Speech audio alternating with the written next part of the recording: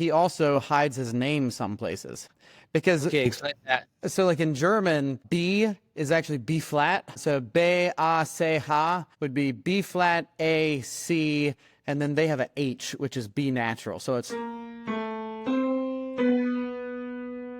and that's his name. So sometimes Bach signs his name. And then there's other places in the E flat fugue, for example. So E flat in German is S, same as S. So you hear that as the answer to the fugue in the E flat fugue. Well, that's SDG, which also corresponds to Solo Dei Gloria. So to God glory alone. So he has little tricks that he puts in places. And so he puts in words in the very music itself. So he uses words, breaks it into their letters, and puts them in. And then the way that the notations are there are also kind of these symbolic or like these allusions to other strains of meaning. You could say that's pretty astounding.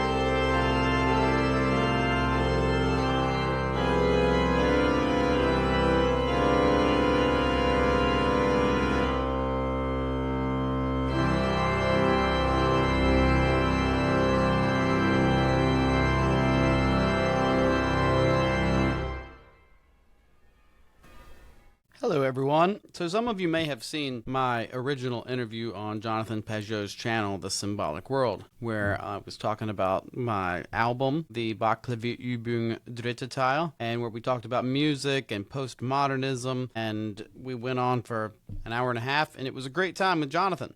What you may not know is that there were a lot of technical issues and difficulties the first time that we recorded, and so what was actually released on his channel was, in fact, the second recording that we did. And so I took the first recording and I was able to send it to an audio engineer who was able to work on it and actually get the quality of it up. It's not totally perfect. You'll hear even with the piano, it's like a little in the background, and sometimes there's a tad bit of peaking in the audio, but it's 1,000 times better, and I think it's finally fixed to the point that hopefully it's an enjoyable listen. So this is the first interview that I did with Jonathan Pageau that's never been released before, and so enjoy. Hello, everyone. I'm here with Matthew Wilkinson. Matthew is an old friend of mine, someone who has been with the Symbolic World from the very beginning. If you don't know, Matthew is the one who arranged and performed the Symbolic World theme. And so he recently put out an album. It's an album on Bach's organ work. It's called Bach Clavier-Übung. It's amazing, and you might recognize one of the images on the cover. He's got my mountain image on the cover, and also for evangelists on the back. A great little booklet with some, I would say, Symbolic World level writing from Matthew as well inside with the introduction. But I'm looking forward to talk to him about his vision on music and how it connects to all the things we talk about this channel. And so, Matthew, welcome to the Symbolic World. Yeah, thank you for having me. It's good to be After all here. these years, it is. This is the funniest thing. I'm going to start by embarrassing him. Very first time I met Matthew Wilkinson, It's Jonathan Pageau. That's right. I was in church in Charleston. It was right at the beginning when I just started making videos right away. And it was I think it's the first time someone recognized me in public, where I walked in the church and all of a sudden I hear, it's like, it's Jonathan Pageau, Symbolic World. And I'm like, what? I turn around and here's this man. And he had like a wax mustache at the time. He's got like this wax mustache. Didn't work very well. And wearing suspenders also with like kind of Southern gentleman style. And since then we've become friends. So it's an amazing time. So tell us a bit about, first of all, tell us a bit about your album, and then tell us why you think all of this is relevant to the stuff we talk about. Yeah, for sure. So this album is on J.S. Bach's Clavier-Übung 3. So if you don't know what Clavier-Übung is, it relates to keyboard practice, is how it translates literally. And there was a composer in Leipzig named Kuhnau who published a series of works called The Keyboard Practice, another Clavier-Übung. So Bach was not the first to do this. But then Bach, who was trying to publish his own works, decided to publish a series of things of his own keyboard practice. And it's 4 parts, the entire work. So what I recorded is just part 3, but the entire work is 4 parts. The first part is the 6 keyboard partitas. The second part is the Italian Concerto and French Overture. And so both of those are mostly harpsichord. Then the third part is what I recorded, which is about 2 hours worth of organ music. It's colloquially known as his organ mass. And the fourth part is the famous Goldberg variations. Okay.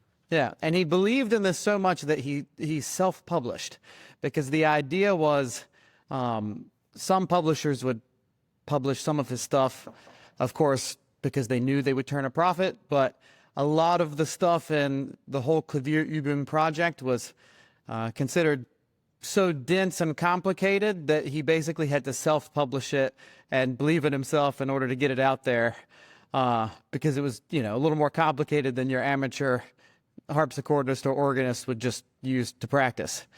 Yeah. This particular work, the Goldberg variations are quite known, but this particular work is one that I never heard before. Is it usually recorded on the?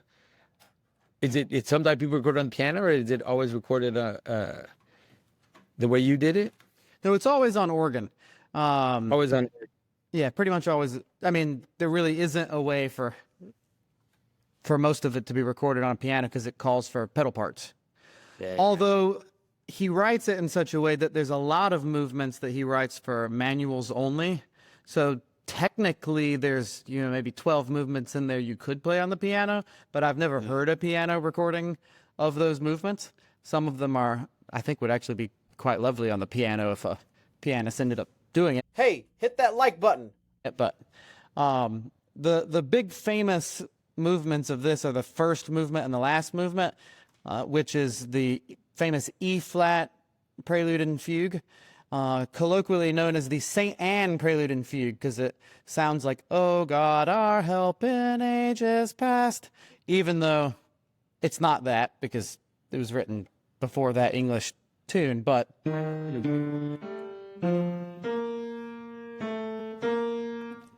is in the fugue, so it's known as the St. Anne fugue. But the whole piece is really an elaboration of Lutheran theology. Granted, not Orthodox theology, but it's but nonetheless it's very deep and mystical. It's his longest, most mystical, most spiritual, most complicated organ work that he wrote, and it's highly Trinitarian. So it's E flat, for example, is a key that has 3 flats in it. The whole piece would have sounded better in the tuning if he had just written it in D or C or somewhere else, but he uses 3 flats to represent, obviously, the Trinity. And the whole piece is 27 movements long. 27 because it's 3 times 3 times 3. Mm-hmm. And he basically goes through, and he has the main parts of some people call it the organ catechism, because he starts with a Kyrie, Christe, Kyrie after the prelude, but then he moves on and he has a movement for the Lord's Prayer, a movement that corresponds to the German Gloria, Allein Gott in der Höhe sei er. But then he also has 3 sort of catechetical chorales. One that is aus tiefer Not, which means from deep distress I cry to you. So it's Psalm 130, which was used as a confession by Luther. And then two other movements, three sort of capital movements. How do we know this? Like, this is a thing that's very mysterious to me because I'm not a musical person. I'm a guy of images and a person, maybe of words in the second frame. So, because there are no words to this music. So when you say this, like, what is it that's prompting this? Like, is it because people recognize there are certain structures and melodies that people would recognize as being a certain part of the liturgy or representing certain things? Like, how do you know that this is what's being referenced in the music? It's mysterious to me. Oh, yeah, for sure. So there were Lutheran chorales. A chorale is the same as a hymn. Vater unser, which is like the Lutheran Our Father who art in heaven, the Lutheran Lord's Prayer. And so when you hear that, then you know that's the chorale tune that's being played. So it corresponds to the chorale that they would sing. Same with the Allein Gott in der Höhe. Like, that is a translation of the German Gloria. So as he quotes the musical material, then he's quoting that. The way chorale preludes would sometimes work, it kind of worked differently in different places at different times, but sometimes a chorale prelude would literally be an introduction of that hymn to the congregation so they hear the tune before they sing the tune themselves. Oh, so so the organ would play this kind of fancy version of the melody, so that when people start singing, they would know what they're doing. Basically, they would kind of be awaiting so that even those maybe didn't know the melody that well, it was like, okay, here's what we're doing. Interesting. Right, and in some places it was what's called an alternatum practice. So there may be it would alternate. So the organ would play, and then the congregation would sing a cappella, and then the organ would play again, and the congregation would sing a cappella again. It was sort of used different ways. It wasn't always with the organ behind the congregation, although oftentimes it was. And in fact, on a similar organ to this one that this is recorded on, there's a story of Bach playing on the Altenburg Trost Organ, where for each verse, he moved it up half a step. So just continually, increasing where the pitch was, which is, some would say a little gimmicky, but I think it's awesome. But it's awesome that Bach did that, back in the 1720s or whatever. And so when you say, so you have to really break this down for me, because you said, oh, wait, it could have been written in these other keys. It's written in E flat, and then you're like, and that's the Trinity. I don't know what you're talking about. So what does it sound like? Like, show me what it sounds. You got a piano in front of you. You got to show me what it sounds. I have a piano. So I'm not sure you'll hear that much of a difference between E flat and D. But I can just say that in the hands, it would be much more comfortable in a different key. But because of the way that it's notated, let me see if I don't know if the camera will show it very well, but because of the way that it's notated, you have, like, right there, can you see it? Yeah. 3 flats. So it's the 3 flats is the 3 symbolism. Okay. So that's wild. So would you think, I'm curious about this, like, is this something that he kind of did for himself? Or do you think people were so musically informed that people would kind of catch that, like, in the church? Or for other musicians probably would catch it, for sure, right? For sure, some other musicians would catch some of these things, and then some are hidden. He also hides his name some places. Because explain that. So, like, in German, B is actually B flat. So B, A, C, H would be B flat, A, C, and then they have a H, which is B natural. So it's... And so that's his name. And that's his name. So sometimes Bach signs his name. That's hilarious. And then there's other places in the E flat fugue, for example. So E flat in German is S. So same as S, So you hear that as the answer to the fugue in the E flat fugue. Well, that's SDG. Which also corresponds to solo Dei Gloria. So to God glory alone. So he has little tricks that he puts in places.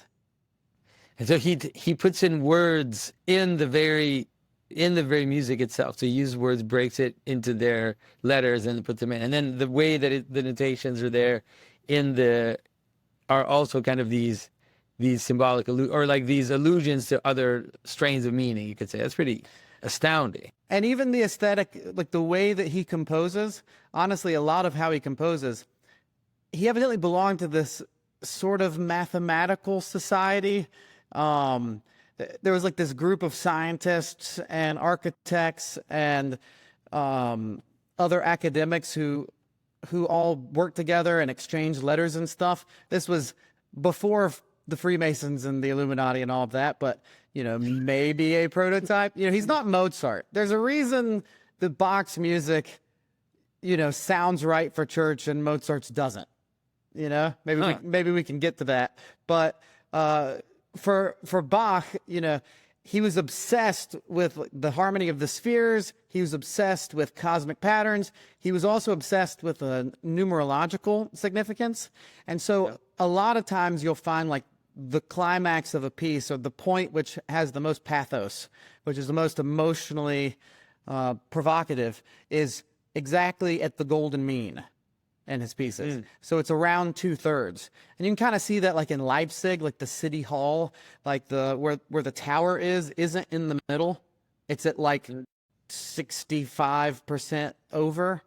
And it doesn't strike you as not being in the middle. Like it just seems right because it's the golden mean. So he tries to imbue like numbers and everything, sometimes to a ridiculous degree, so that you can like find, oh, in the 27th measure, there's this thing, or in the 154th measure, there's this thing. But Bach was obsessed with all of this. And especially the music of the spheres thing, you know, a part that I think definitely corresponds to the symbolic world that I'd like to hit on is, you know, it wasn't just this pure abstraction. You know, people think, oh, the harmony of the spheres, that sounds nice. Like there's some like greater harmony for which music is an instantiation. But for Bach, and not just for Bach, for the medieval world up through the Baroque, maybe I think this starts to get lost when you get into the classical era, when you get to Mozart and the Galant and all of that. There really was a belief that these patterns were incarnated and music was just an incarnation of these heavenly patterns. So have you heard of the concept of rhythm is pitch? No. Okay, so rhythm is pitch if you take the rhythm 3/2, right? So let's say you have in the same amount of time 3 beats and 2 beats, which is...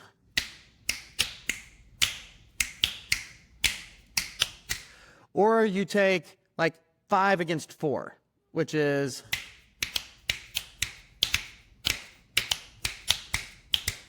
And you were to take either of those rhythms and you were to speed them up like 200 to 1,000 times, it would form an interval.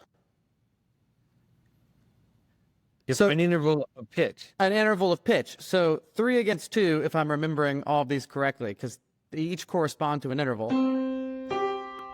So 3/2, if you sped, then you eventually get a fifth. And so if you sped up like 5/4/3/2 or whatever, you could feasibly get like a fully dominant 7th chord. But you literally create intervals in music from these ratios.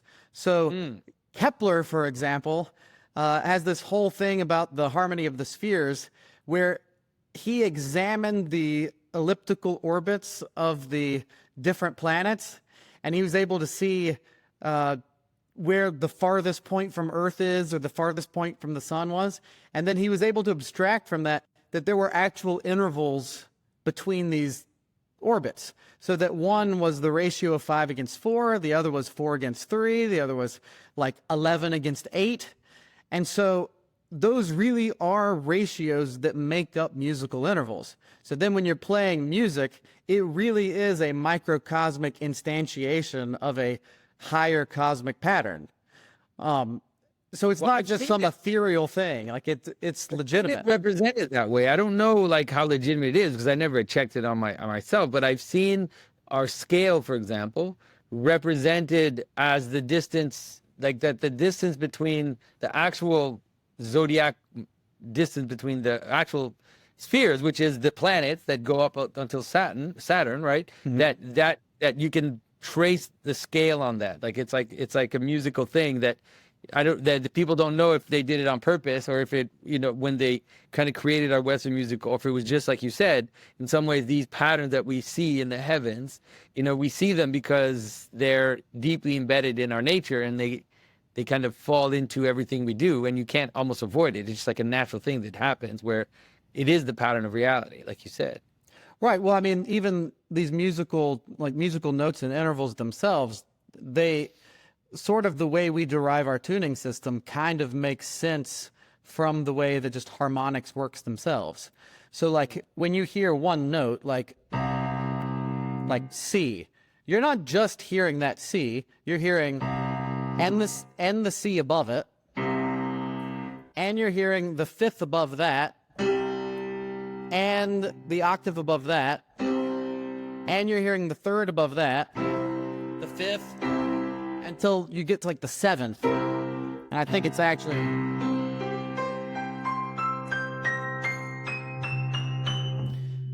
you get something like That in the sound itself are contained those elements. We unify it, let's say in our experience, but like there is something which it's there in the actual sound.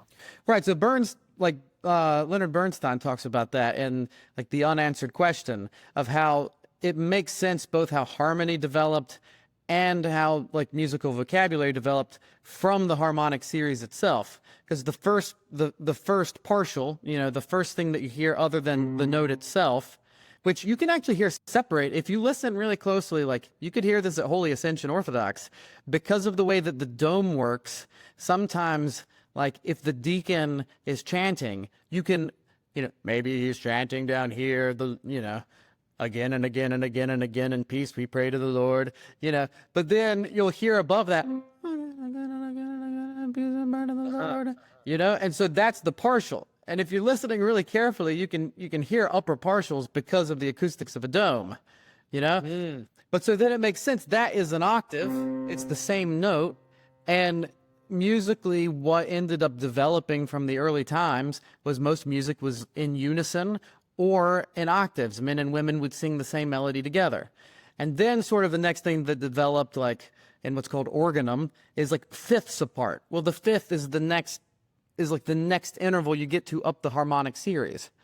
And so even in Georgian music, which has a completely different tuning system than us, they don't divide the octave into 12 degrees, but they divide it into like 8.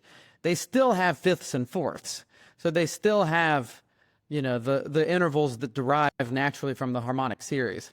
Sorry if that's too much lingo, but just saying those are ratios that are contained within any note when you hear that note itself. So it also makes sense that those same ratios, I mean, how often can you find a ratio of 4-3 or 5-4 are found in the cosmos? And so therefore music is an it's a microcosm of the music of the spheres. But not in like as you say, not in some stupid ethereal abstract way, like, no, Santa Claus is real. And so you say Bach was particularly obsessed with this kind of symbolism, right? Yeah, for sure. And even his type of Christianity, it's reformed. It's well, not reformed, but it's Protestant. It's Lutheran. But if you look at the theologians who really influenced him, back at his time, his services would take like 3.5 hours. They took communion. They had communion almost every Sunday, but they wouldn't commune every Sunday. He would commune like once a quarter, and it was very serious. Like his whole family would go to confession before they would dare to go to communion. And, they were very devout. And the theologians that he read, granted, although pietism wasn't exactly the biggest friend of music in church, nonetheless, a lot of those writers had deeply mystical theological roots. Some even ventured into talking about theosis, and even like the early Luther is super influenced by the Theologica Germanica, by Bernard of Clairvaux, and there's definitely like this realm of like theosis in the music. So I think some of that is, you know, kind of related to Bach. I mean, there is a sense in which Bach is, you can feel the sacred nature to it.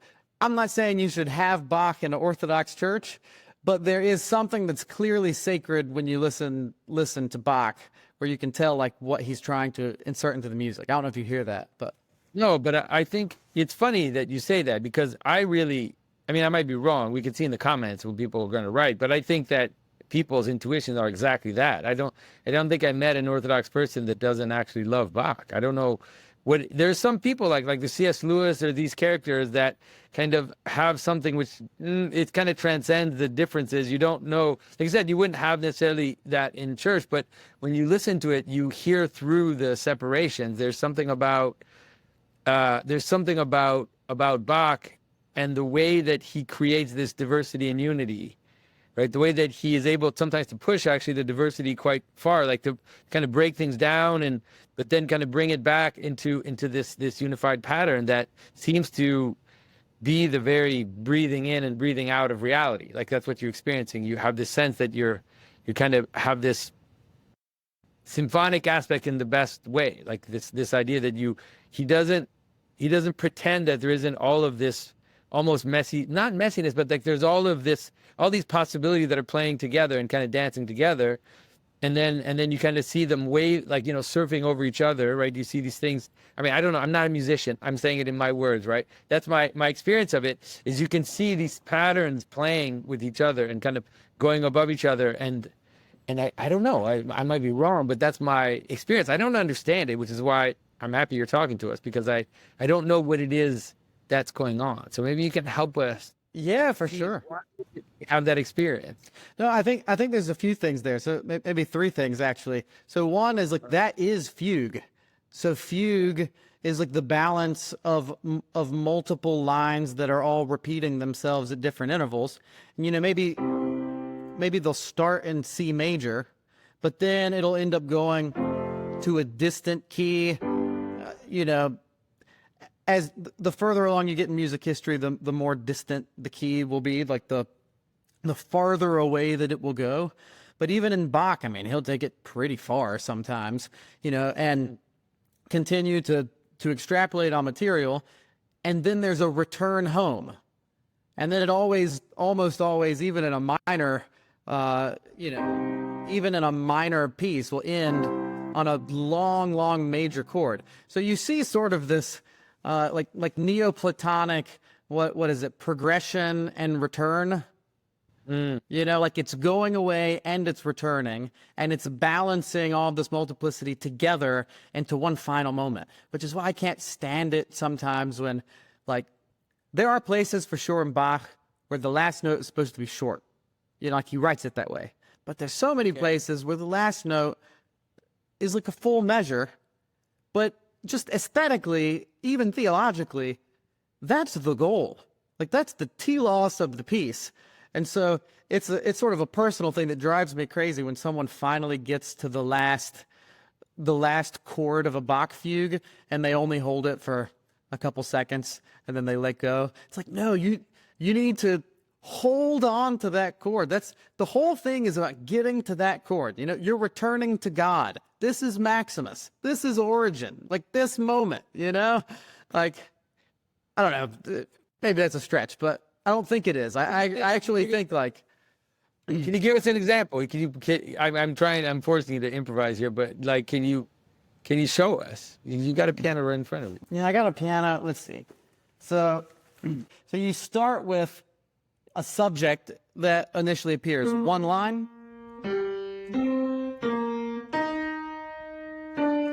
And then if you were to take off what comes after that, you'll hear is a second entrance.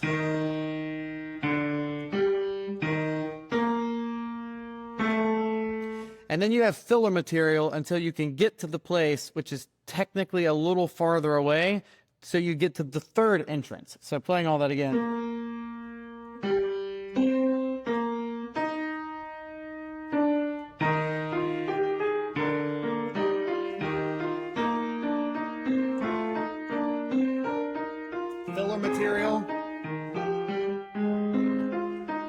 third entrance.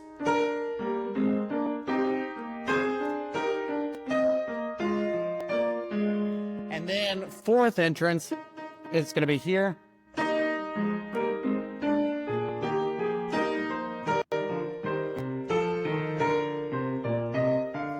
So a lot of what's really interesting about a fugue is the different entrances as they come in and they layer on top of each other, and the harmony that each other line is then has to create in order to create symmetrical patterns.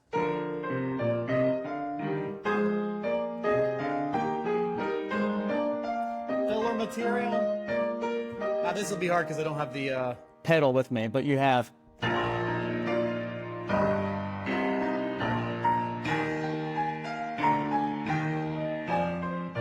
Back to filler material.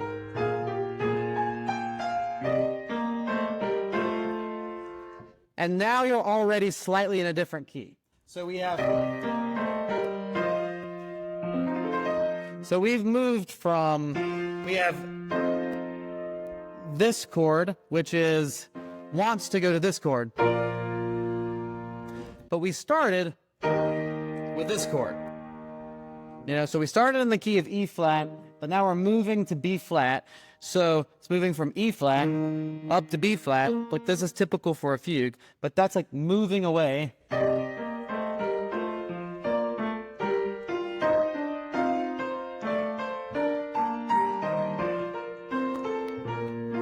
And then you start to have entrances again, but in a different place.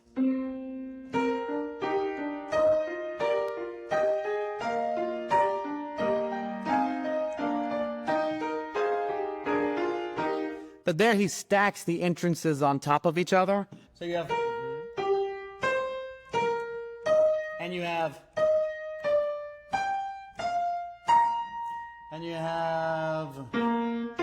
let's see. So you have multiple entrances all on top of each other, which is a stretto technique. So you hear that?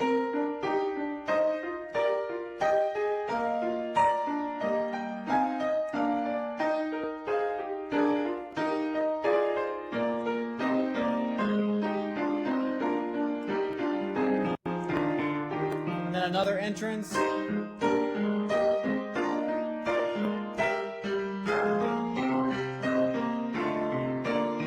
And you can hear just there, you're in a different place than where you began. It's going to take him like another 6 minutes to get back to the original chord, but kind of. I mean, it's 3 sections. So in one way it takes 6 minutes to get back, but in another way he's almost there. So I'll show you. So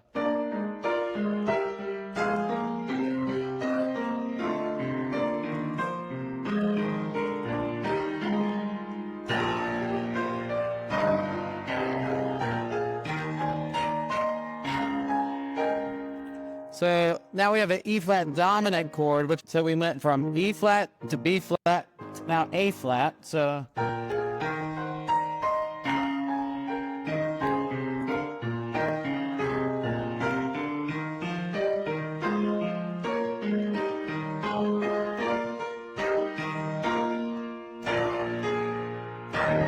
and then we're back home. We're not actually back home because then it goes into a second section, which is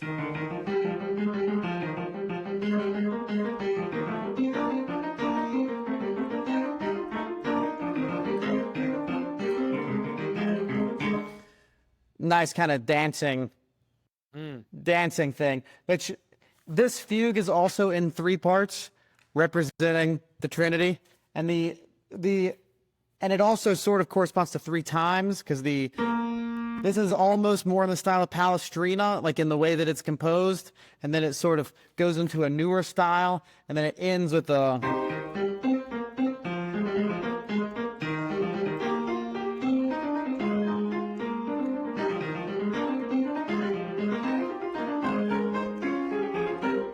Which is a jig fugue, which is like a specifically like Baroque style, more so than like a Renaissance style. So he takes 3 different styles of fugues puts them all together as one composite, which also represents sort of like 3 times. Yeah.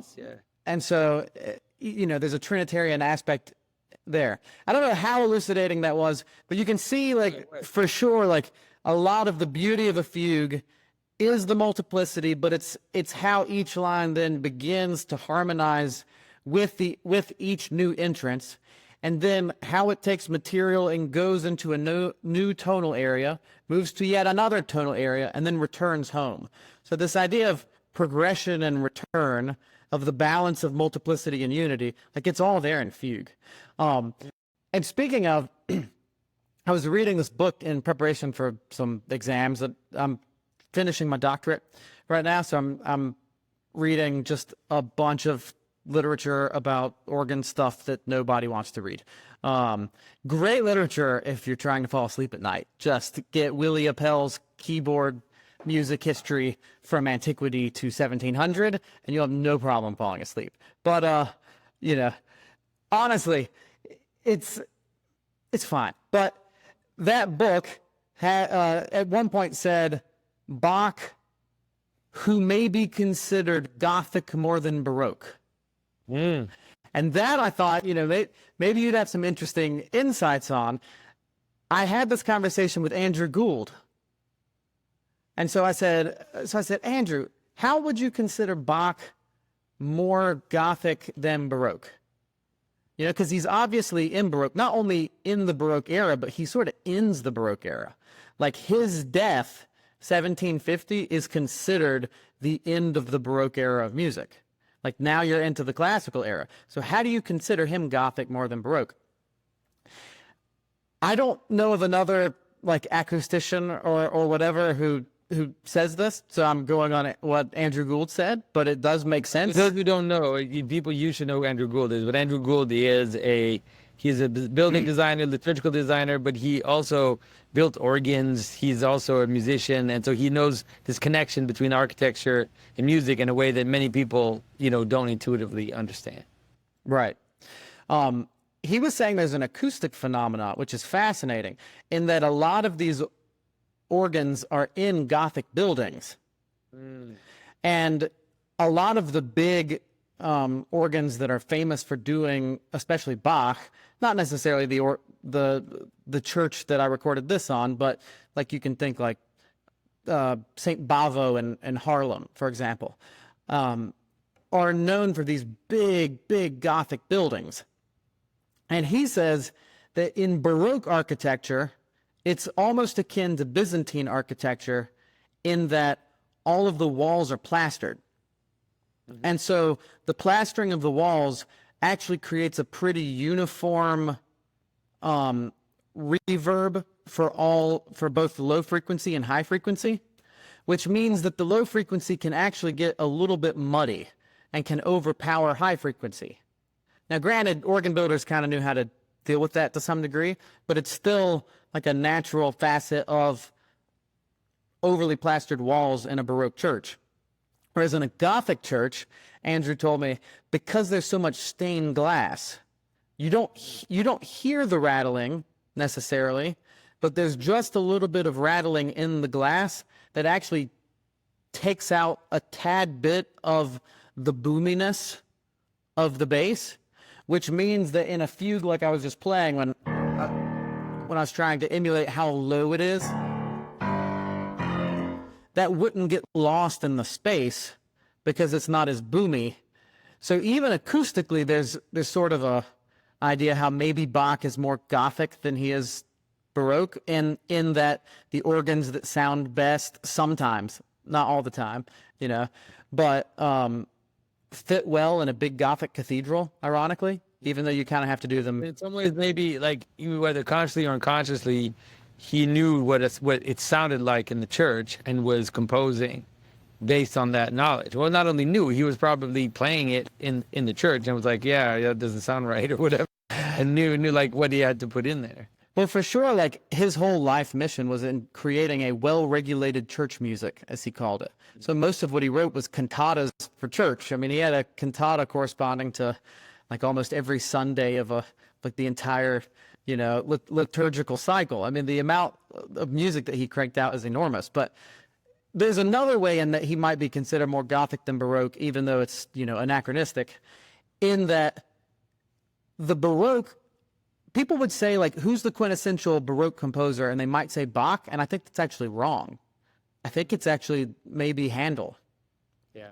And Handel, of course, the Messiah may be like the Messiah is definitely a contender for, like, greatest musical work in Western music history or whatever, alongside St. Matthew's Passion by Bach or, some of these other works. So for sure, no hate to Handel.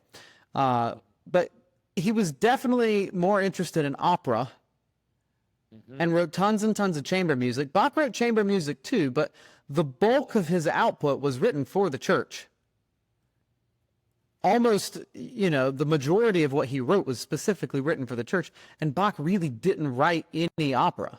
He wrote, like, that wasn't really what he did. Like, his cantatas are oratorio-like, but it's not theatrical in the same sense. Whereas in, like, Handel, he writes tons of chamber music. And so in the Gothic era, it seems like the centrality of the church was where the artistic locus was, and then it ends up moving in the Baroque more into the concert hall. But for Bach, it doesn't. It's still in the church is where his artistic output is, which I find fascinating. And then even, like, the aesthetic of it, there's, like, a gaiety that begins to come into the Baroque, in the sense of, like, frivolity. And that's really just kind of not, it's not that Bach never has it, but it's not like his predominant aesthetic. There's something that sounds, even when it's playful, it's still serious, and it's like never frivolous, Yeah. I don't know if that makes sense to you, or if you have any other thoughts about Gothic versus Baroque. I'm not, like I said, it's hard for me because to me it's very intuitive. Like if I pull up Handel or Mozart in my mind, I'm like, yeah, okay, I can see what you're saying, but I don't totally, I couldn't be the one explaining it to you. Yeah. It's 100% for sure. Yeah. Well, and then even the way they played the music, they were instantiating this sort of, like, hierarchy they had what's considered good beats and bad beats. And so for the longest time, maybe in part of what I was playing, you'd hear organists playing,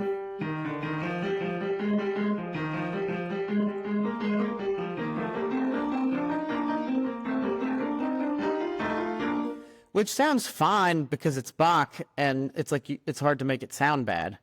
But if you really understood, like, what the theorist quants refer to as quantitas intrinsicas, which is the intrinsic good beats and bad beats, then there's really a hierarchy in the measure, so that the downbeat should be played a little bit longer, and the other beats should be played a little bit shorter, and even with different ratios. So, like, if you're in 4/4 time, 1 should be longer than 3, but 3 should be longer than 2 and 4, and the offbeats of 2 and 4, like, should be shorter than 2 and 4 themselves. So then instead of this sort of saccharine,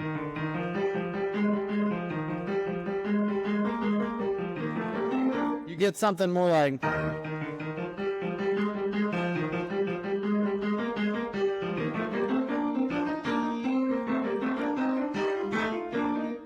you get a little bit, it gives it life. And so, no, you can definitely hear it. It's more, it is more alive.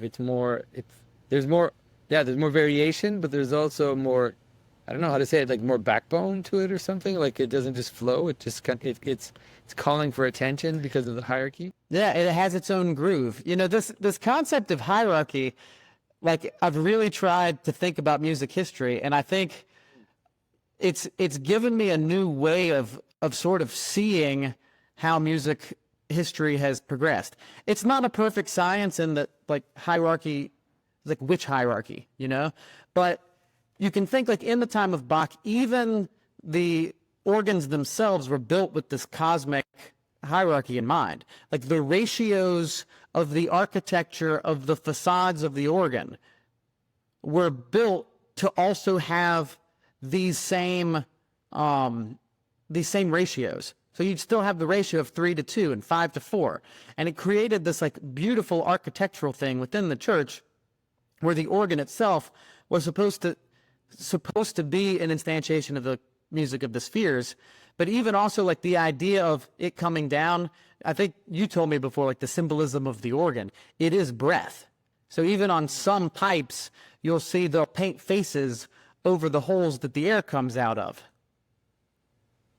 That makes sense, yeah, because it makes sense to me that when the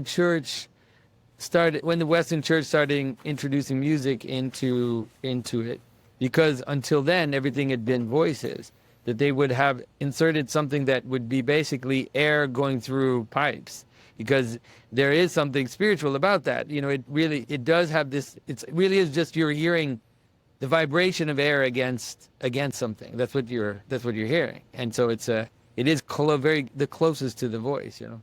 Yeah, yeah, and I feel like that whole idea of like the ontological hierarchy, the cosmological hierarchy. It's funny that you start to lose that when you get after Bach dies.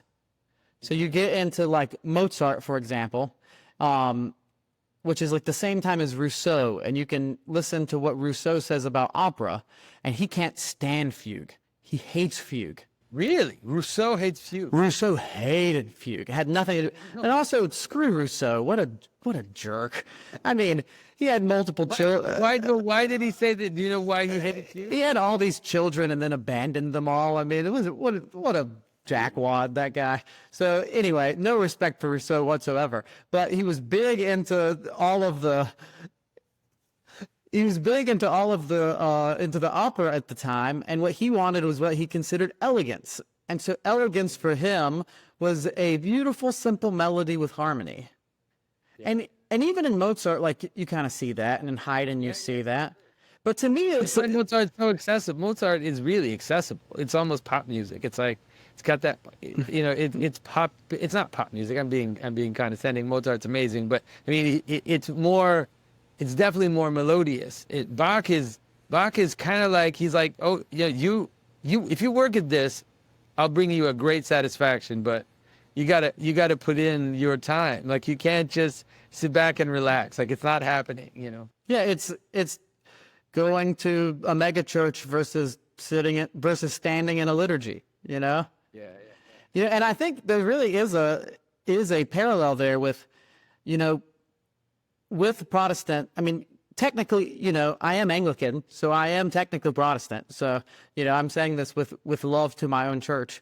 But with the Protestant Reformation, you definitely have this sort of collapse of the hierarchy, where because of the centrality of of Christ being the one mediator between God and man, then they sort of lose the idea of multiple mediators.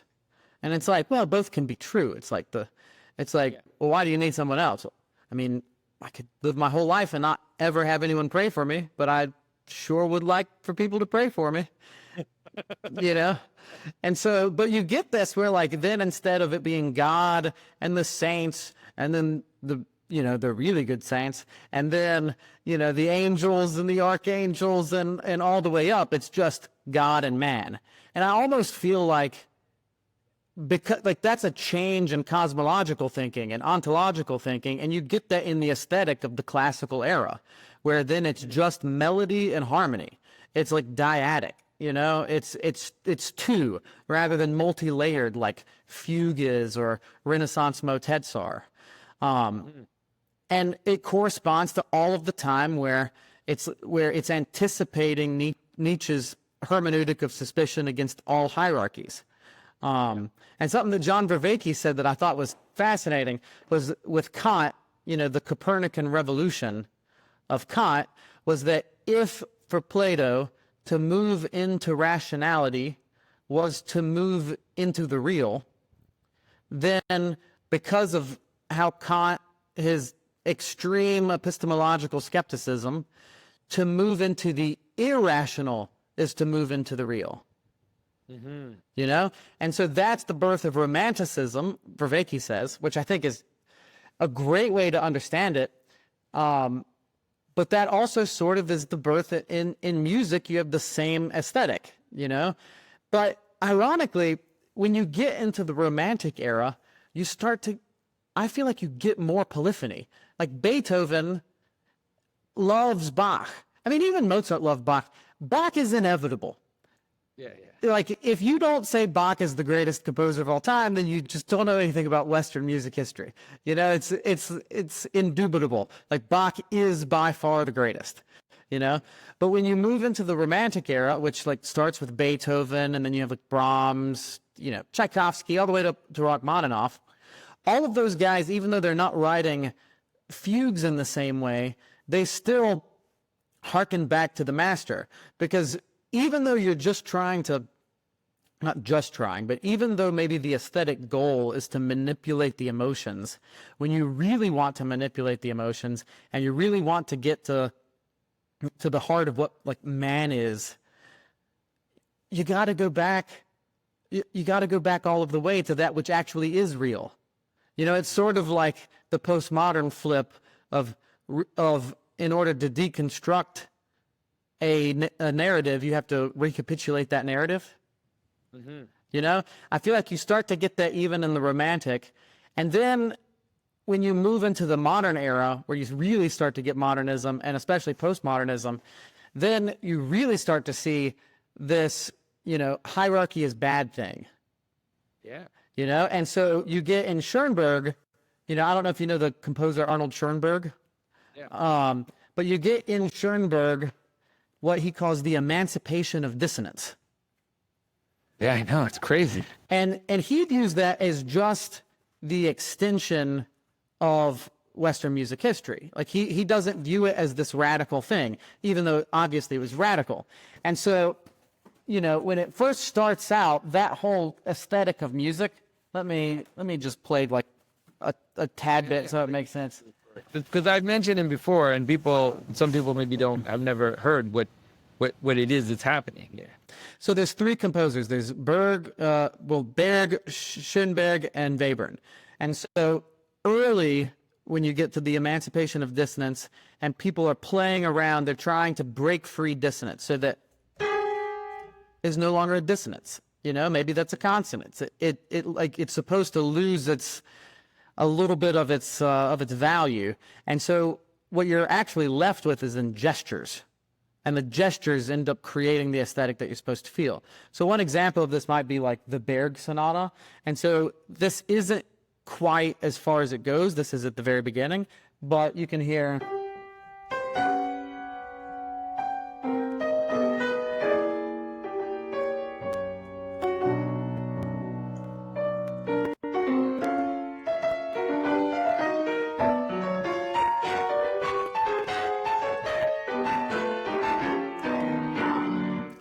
You know, like, what is that?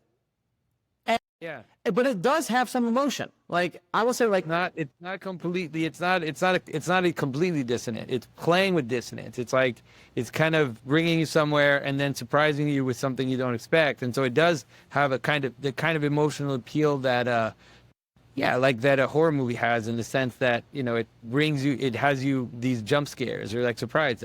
Not as much as a horror movie, but it definitely has an effect on you, you know, and it's not as, but the thing is that down the line from that, then you have truly, absolutely, you have things that are just impossible to listen to because they're not playing with, you know, they're just basically noise music. Yeah, so then you get stuff like this, and it's interesting, and I'll explain like why it's interesting in a minute. But then you get like this is late Schoenberg. I don't really know this piece, so I'm just this is some crazy sight reading, but okay.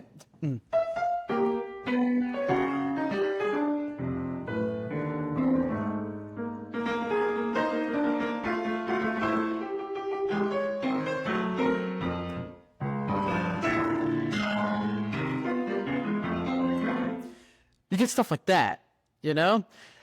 And the way that you eventually get there, the only way to truly emancipate dissonance is to make everything equal. Yeah. And so what they do is they create what's called the 12-tone system. And the 12-tone system, I'm sure there's exceptions to this, but for all intents and purposes, you can't repeat a note until you've played all 12 notes. Right. So that everything is radically the same.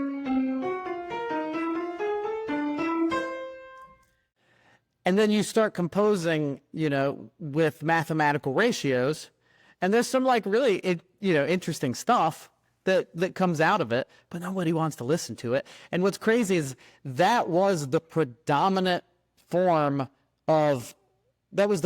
technique of composition up to the 1950s. Yeah. I think it sort of ends with Arvo Pärt. So I think what's interesting is twofold. So, you talk about the postmodern flip. If no meta-narrative is greater than any other meta-narrative, and then you have to recapitulate older meta-narratives. Arvo Pärt, which if people don't know, is the most performed living composer of today. He's Estonian Orthodox, and he started out composing in that style, like all 12-tone music. And then he had sort of a crisis of faith. Not crisis, I don't know if this is as much a crisis of faith, but a crisis of like artistry. And he takes like I believe it's almost a decade break. It's like 8 years. He comes back, and then he only writes in this beautiful chant-like bell type thing that he does. It's kind of hard to demonstrate without, taking like 10 minutes to just play the same kind of chords over and over again. Yeah. But what's fascinating is like the postmodern space kind of actually opened up the possibility for an Arvo Pärt, because once you've taken like the hierarchy thing and the radical egalitarianism to its logical endpoint, then you have the capacity to like recapitulate these other aesthetics. And so now in this godless era, Arvo Pärt is the most performed living composer, which I think is amazing. Yeah, because there's a sense in which one of the issues with these atonal composers, is that they're also becoming systematic. It's you mentioned it. It's like, here's a system, 12. You have to follow, and it's almost like these computer lines that don't repeat until they do, and then and there's a sense of purity in that approach too. That it's tyrannical. That's right, and the postmodernists notice that. And they're like, no, we need to infect this, right? So they try to actually decenter and infect it with a kind of return to narrative, but a kind of broken return to narrative. But like you said, what it does, surprisingly enough, is that it actually opens up the space for things that were verboten, like that you just couldn't do anymore, to kind of come back. And then you almost have you're going to have another kind of weird Darwinian thing where people that are going to listen to the things they care about. It's like it's going to reassert the ancient ear, because we are actually made to hear certain things. Like we're not. It takes a lot of training to sit there and listen to Webern. Like I totally remember being 19 years old and I'm a smart guy. I'm gonna buy these albums because all the smart people that I know are talking about it. I put it on for like a few days. And I was like, you know what? I really don't want to listen to this. Like, it's just like so much. It's just so unnatural. But there's just saying, like, when I hear Arvo Pärt, I hear someone who's definitely contemporary. Like, there is a brokenness to what he's writing. It's not as structured as the way we kind of understand music. Let's say just naturally. But you can feel that it's like a longing. There's a longing for that to return, right? Like you can hear these structures appear and repeat. And so I think it's a surprising hope. I think that's right. You've got the right insight there. Here's the big question I'd like to ask you, because I think in this era, all that stuff can be baptized. It can be rebaptized. And so like you listen to like film score, well, they can take just a little bit of dissonance with techniques that were created, they were innovations from these eras where maybe like what was driving the whole aesthetic of the era, like, is some like radical revolutionary ethos, but they can still take techniques even in like the most beautiful film and incorporate those in a way, and it makes like this beautiful summation. And so in a larger way, it kind of brings out the question, which I'd love to ask you about, is how to subsume or imbue technological innovation, because these are all innovations, maybe less technological and more technical, but same difference. And then even with the things that come out, like I said, from revolutionary means or whatever, you can still sometimes find in beautiful compositions, maybe they just take a little bit of that dissonance and throw it in, and it creates something special. And it's like when you talk about El Greco, who I love El Greco, and I know we disagree on El Greco. We might disagree on that, but it's okay. Yes. I used to love El Greco long ago. Yeah, but it begs the question, like, how much of aesthetic is driven by technical development and technological development, right? And then what's the process of subsuming that into the tradition? Because I feel like for the Orthodox, their modus operandi is to sort of always be backwards looking, atavistic, if you will. And so because they're trying to preserve a tradition. So, I hear some arguments that like, well, it should only be Byzantine style, and you can, like iconography, should only be Byzantine style, and you can innovate within the Byzantine style.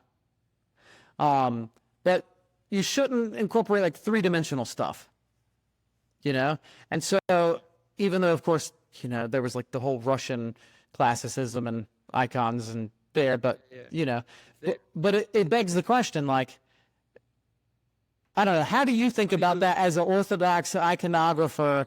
How much of this really is just innovation, and what El Greco is just, he's playing around with perspective.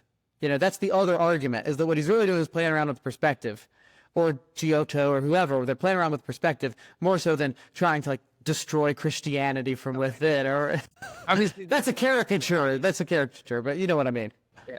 Yeah. I mean, obviously, I don't think there's any deliberate action in these artists to destroy Christianity or whatever. I think that this is the way that I tend to think about it, is that there are certain gestures within the history of art that have effects. They have certain effects. You can't avoid it, that lead, for example, to more sensuousness, both in the music and in the painting and in the sculpture. And that sensuousness is fascinating and dangerous. And so you have this play that happens, and you see it happen in the history of art. And I think it's the same with the music.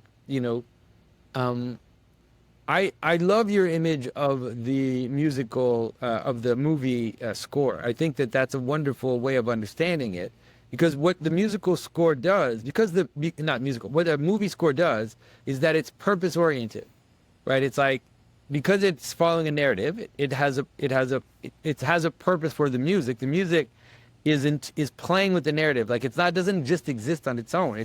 It's pointed towards a reason. And what they've understood is that there are dissonant moments in a story, right? There are moments that represent fear, that represents sadness, that represent confusion, and that you can use the techniques of modern music in those moments.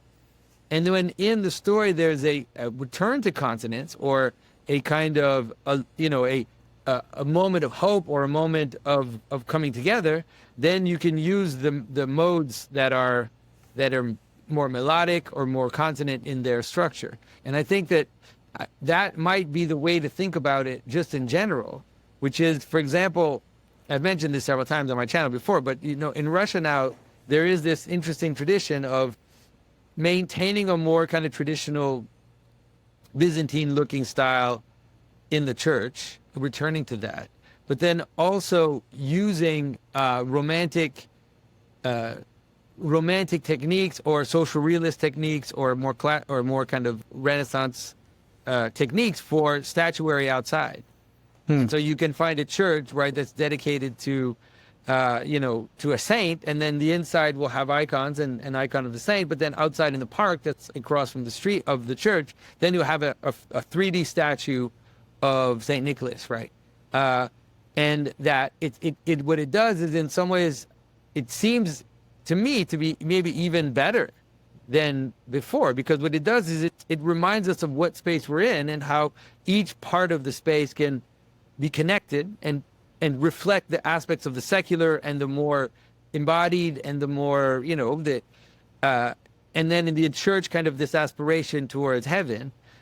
I think that can probably happen in every type of art, And then there's also something which happens in modern art, which happens, I don't know if it happens in music, but for example, in painting, there's a kind of refinement that happens. There really is a type of refined capacity to perceive, for example, color differences and the effect that color has on the eye. So in the 60s and 70s, you have color field painting, and you have all these technical description, push and pull with Hans Hofmann, and Is that like Rothko? Is Rothko part of that? Yeah, Rothko is a color field painter, right? So Rothko is definitely an example where he notices that if you have large fields of certain colors, that they have an effect on you. They actually vibrate in a kind of way when you perceive them.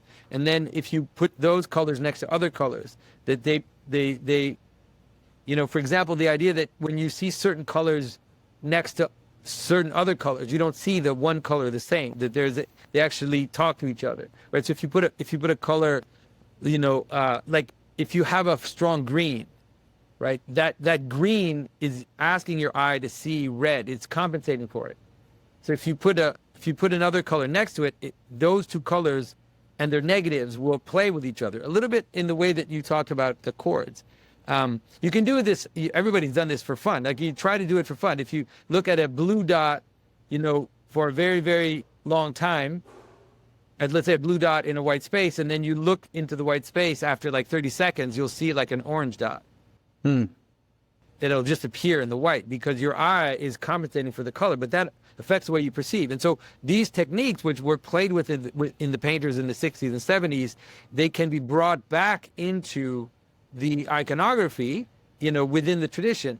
That's why I love Father Silouan Justiniano's painting so much, is because he takes that into account and he creates visual color effects in his icons that are clearly based on contemporary art. But he does it with such love of the tradition that nobody's there going, oh, what is this? Like, what is this nonsense? No, people instead are looking at the painting and they're hypnotized, and they're like, they don't know what's happening to them. Like, I've seen it happen. Like, I've seen people stand in front of his icons before he was really known. There was an icon of St. Mary of Egypt, and It's in Charleston. that icon. It's amazing. The orange is incredible. When they brought it out the first time, I remember they put it up in the church, and people were just absolutely hypnotized. They were looking at it and they don't, it's like, what is happening to me? What are these colors doing to me?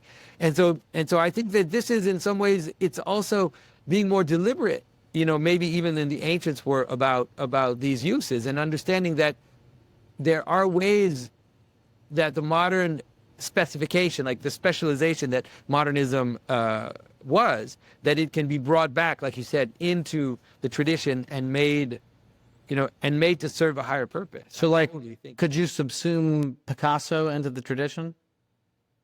Or like cubism? I think that you could. Picasso is already kind of playing with certain Byzantine spaces. And so, the idea of understanding the play of space that Byzantine spaces create on us, that could be accentuated, through the considerations that the moderns had about space, definitely. And I think that's already happening. I think that's in some ways kind of inevitable. And then the same with the idea of stylization. So the ancients were probably not as, let's say, conscious about stylization. They just did it naturally. It made sense. But now we can't avoid it. Like, we know that we have to stylize in order to develop something, to put it on a painting. Ooh, that brings a question I have for you, but keep going. Yeah, but so you can see modern iconographers, like some of the Romanian iconographers, and Cordis is obviously the strongest example of that, where he plays with that, and he kind of on purpose creates certain stylized effects in his painting that might not have been as deliberate in the past. Sure. Yeah. Speaking of like stylizing, I would love to ask you about ornamentation, because I've seen this pattern happen. Like, in Bach, you can add a ton of ornamentation. Like if what's written is, well,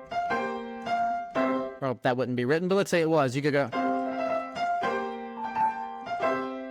or whatever. You know, you could add ornamentation. There's specific Baroque ornamentation that can be added. When you move into the classical era, like they'll write out the ornamentation. Usually, like they'll specify what the ornamentation is supposed to be, and it's less that you're supposed to improvise it. Whereas you can almost create, and when you go a little before Bach, you know, to the keyboard music from like the 1600s, I mean, you can create a radically different piece depending on how you ornament. I mean, you can add, which isn't written there, you know, like huge gestures and flourishes, like especially in the Baroque. But then you start to lose the ornament. Not only is it specified, but you begin to just kind of lose as much ornamentation and freedom for the performer until you get to the modern era where everything is specified. And so I feel like there's something there. I don't know exactly what it is, but you know, I know you talk about ornamentation a lot. So like, what do you take from that? There's definitely something there. I mean, this is also one of the errors that people make, is that when people, like, this is the way that the modern world has conditioned us to think that tradition is tyranny, right? That tradition is like an complete imposition, top-down imposition of how you need to do anything. And that ritual is tyrannical because it's like, this is how you have to do it in this order, and this is how you do it. And the reality is that, in fact, that's not how it was. Modernism is far more tyrannical in the way that it orders the world than the traditional. It's more, actually, I would say that it's more of a pendulum between the kind of tyrannical aspect and the chaotic aspect. But tradition is far more flexible. That's why Byzantine music is melismatic. And that's why not just Byzantine music, but medieval music itself was melismatic, which means that here's how it is, basically. And then in between it, you have this kind of capacity to flourish in between. And that's also the way that, and you can see it, because now the problem is that when people now reinterpret tradition, they tend to reinterpret it very rigorously. And so they tend to think, well, you have to copy the icon, for example. I see. You have to copy exactly the pattern of the icon, just trace it, you know, because we don't want to we want to just follow the tradition. But that's not what the tradition was. The tradition was you learn internally what the forms are, and then you make it in your own, you know, it would look more like, make it in with that type of improvisation as part of it. It's the same thing with like neo-Baroque churches. You know, like a Baroque church, maybe there's 10 lions on top of columns.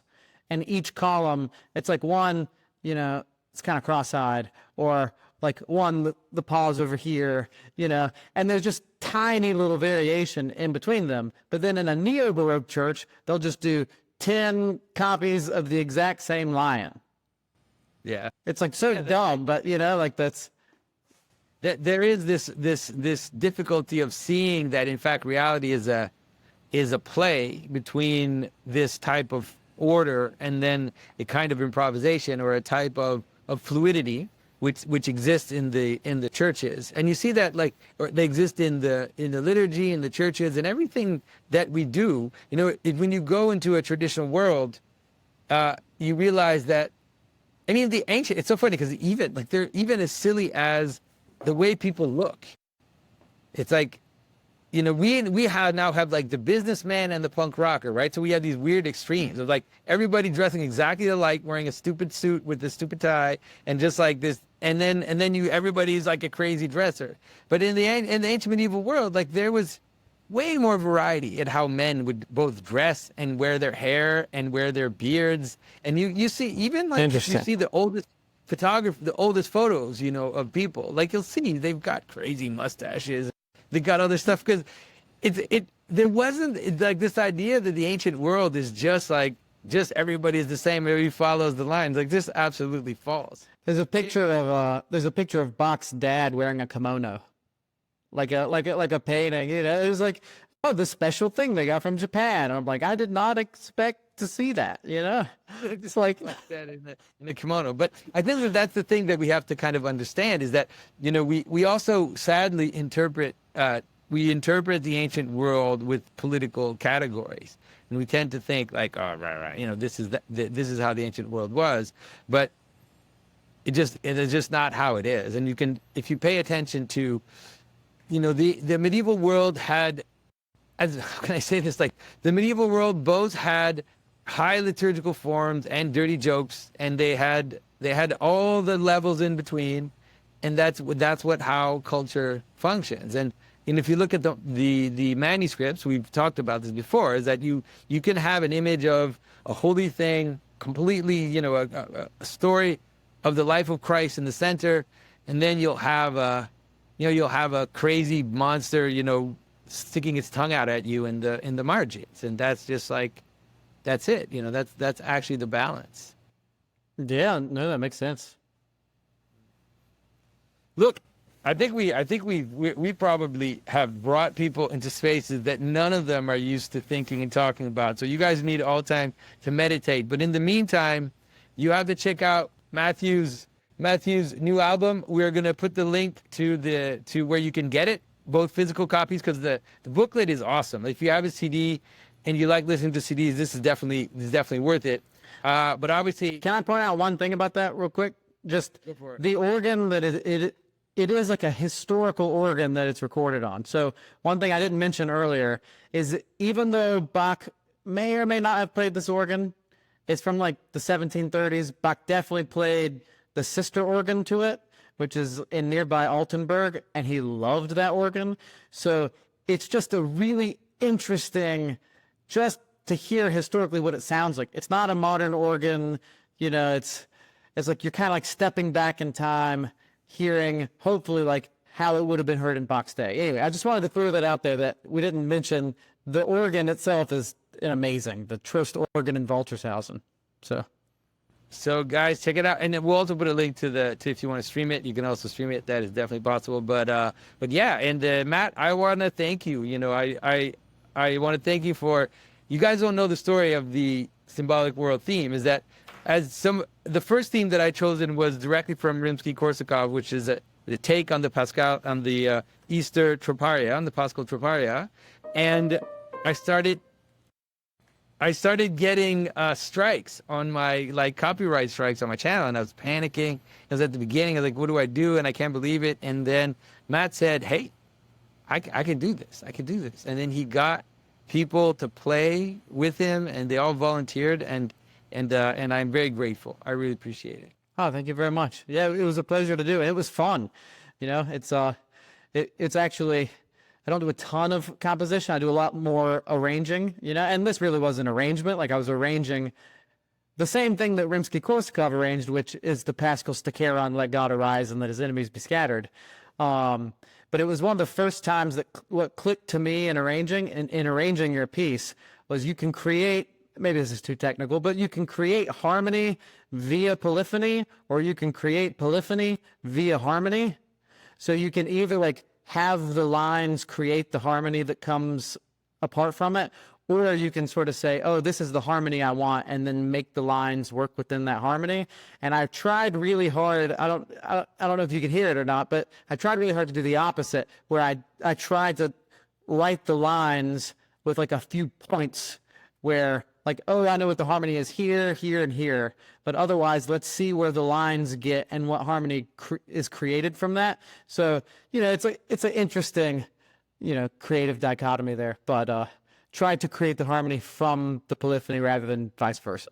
So everybody, now next time you hear the intro, you'll see Matt, and you have to imagine with a wax mustache, because he doesn't wear it anymore, like a nice wax mustache. It just didn't work. It doesn't grow in as full on the other side. It's like, if I could do it, I would do it. If I could grow a beard as awesome as your beard, I would grow a beard, but I can't. It just doesn't fill in right there. All right, Matt. Thanks for your friendship, and also, thanks for helping us think about music. Yeah, thank you very much. It was a pleasure. Do you like Bach? I know you like Bach. You should buy a copy of my CD, Bach's Clavier-Übung dritte Teil, at the Waltershausen Trost Organ, which you can purchase on my website, MatthewWilkinson.net. There is a link below.